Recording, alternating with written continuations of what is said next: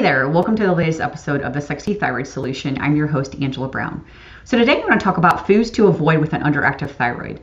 But first, if you could do me a big favor, if you're watching this on YouTube, if you could go ahead and subscribe to my page, and then you're going to hit that little bell so you get a notification every Thursday when I release a new video. And then if you're watching this on Instagram or on Facebook, go ahead and like this and share this with someone that could benefit from this information.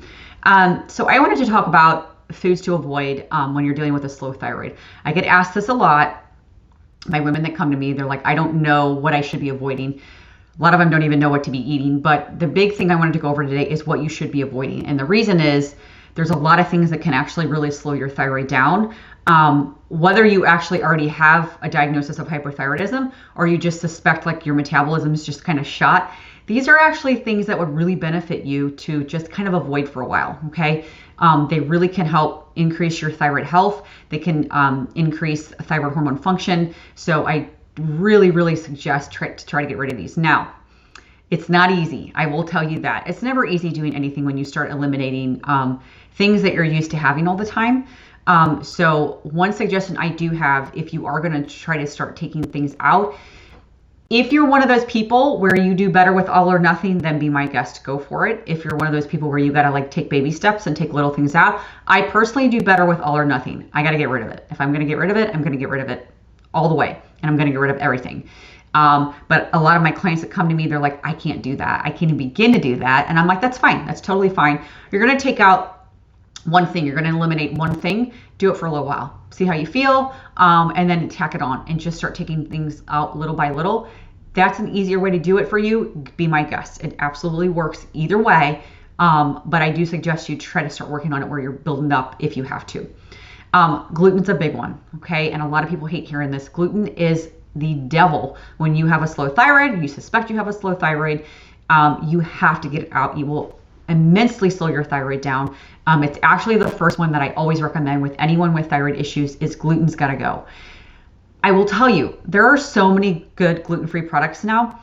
When I was diagnosed with hypothyroidism and I knew I had to get rid of gluten back then, many years ago, the gluten-free products were absolutely terrible. They were not good, and there weren't that many anyways to begin with, and the ones that they had were so bad. So the good news is there's a lot of really good ones now. There's all kinds of alternatives that you can use and eat that are so much better than they used to be. So be very cautious with gluten. I would cut it out immediately if you know you have a thyroid issue. If you suspect you have a thyroid issue, either way, you need to get rid of it. And then soy. Soy is not good at all when you're with your thyroid. It will really bog your thyroid down. I typically tell everyone to get rid of soy. It's not a good thing for your thyroid. Even like soy sauce, soybeans, like I would just get rid of it because again, it's not a good thing for your thyroid. I would take it out. Okay. And then dairy. So dairy is sort of a touchy one. Some people with thyroid issues actually do okay with dairy. I am not one of those. I cannot have dairy. It makes me feel very sick. When it's put in things, like when I go out to eat and I didn't know it was in there, I will feel it pretty quickly. Usually my stomach starts hurting. There are some people with thyroid issues that can actually get away with dairy as long as it's organic. So you got to feel that out. What I do recommend, if you know you have a thyroid issue and you're really trying to just clean everything up, I would take it out for a while. And then you can always do, it's kind of like an elimination diet. You can always try to maybe add it back in, but I would try to get it out for a while if you're really trying to clean things up and you suspect you have a thyroid issue and you have symptoms. Get rid of it for now, okay? Doesn't mean forever, but you might be one of those where you can't have it. And I am one of those. I can't have it. And it kind of sucks. But there's so many alternatives now. There's coconut milk, there's coconut yogurt, almond, cashew, like there's all these alternatives. And for me, they're just as good. They make really good ones now. So I just go that route. And then another thing, cruciferous vegetables I want to bring up because a lot of people say, oh, I was told I can't ever eat cruciferous vegetables anymore. Cruciferous vegetables are like broccoli, cauliflower, kale, Brussels sprouts, all those things. So my take on this, and I've done a lot of research on this, you can have them, but you got to make sure that they're cooked. You have to cook them. Now, don't bake them to death to where they're like blackened. But like when you cook broccoli, you know how it kind of turns like that really different color green because it's been cooked, it changes a little bit tint of green. That's what I mean. Okay, you have to cook them. It makes them more digestible, and the thyroid does not get bogged down from what's in those cruciferous vegetables. So as long as you're cooking them, they're totally fine. I have them all the time, and I do totally fine with them, but I make sure they're cooked. I never eat them raw. So as long as they're cooked, I do great with them. Processed foods is a really big one. So a lot of processed foods, if you think about it, they're pre-packaged. So there's a lot of junk in there. You have no idea what that is.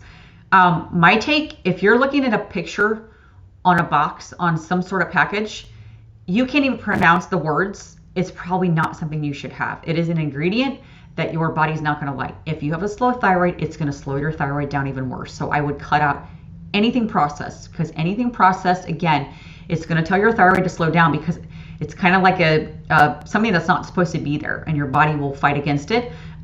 So I would just take those things out. Again, there's so many alternatives. Now, I'm not saying you can't ever have anything that's like a prepackaged or boxed or whatever, because I still have those. I'll have like protein bars and things like that that are prepackaged. But when I look on it, I know what's in it. I can understand what's in it. I can read the ingredient list. There's nothing in it that I can't pronounce. That's what I'm talking about. You don't want to have those sort of things, because that's going to slow the thyroid down even worse. As far as the dairy part goes, people do ask me, can I have eggs? Can I have butter? That's going to be person dependent. I can tolerate eggs. I am okay with eggs. A lot of people with a slow thyroid, they can't even tolerate eggs. So you may be where you have to cut them out for a while. And again, you'll do like an elimination diet where you take them out for a while and see how you feel. Feel that out. But for a while, I actually could not have them. And then I got better and better with my thyroid health, so I can tolerate them now. And then sugar is a big one, and people hate hearing this one, but sugar is big. It's inflammatory.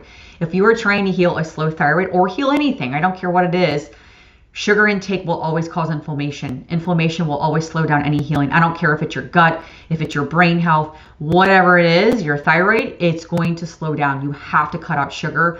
Again, there's so many alternatives. I highly recommend stevia. That's actually one of my very, very first things I would recommend for sugar intake. And they make really good ones now. They even make like chocolate chips that are sweetened with stevia.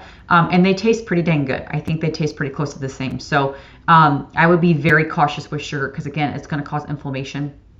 And then alcohol is a really big one. Okay. And the reason why I bring this one up, alcohol has to go through the liver, and liver is super important for the thyroid. And the reason is because a lot of the conversion of your thyroid hormone from your inactive thyroid hormone to your active thyroid hormone, that has to happen mostly in your liver. If your liver's bogged down because of alcohol intake, it's not going to help anything. Okay. So even just having one drink a week, for some people, it can screw them up. I am one of those. I can't have any alcohol hardly at all, because it makes me feel really lousy, and my thyroid symptoms the next day are through the roof. And for me, it's not worth it.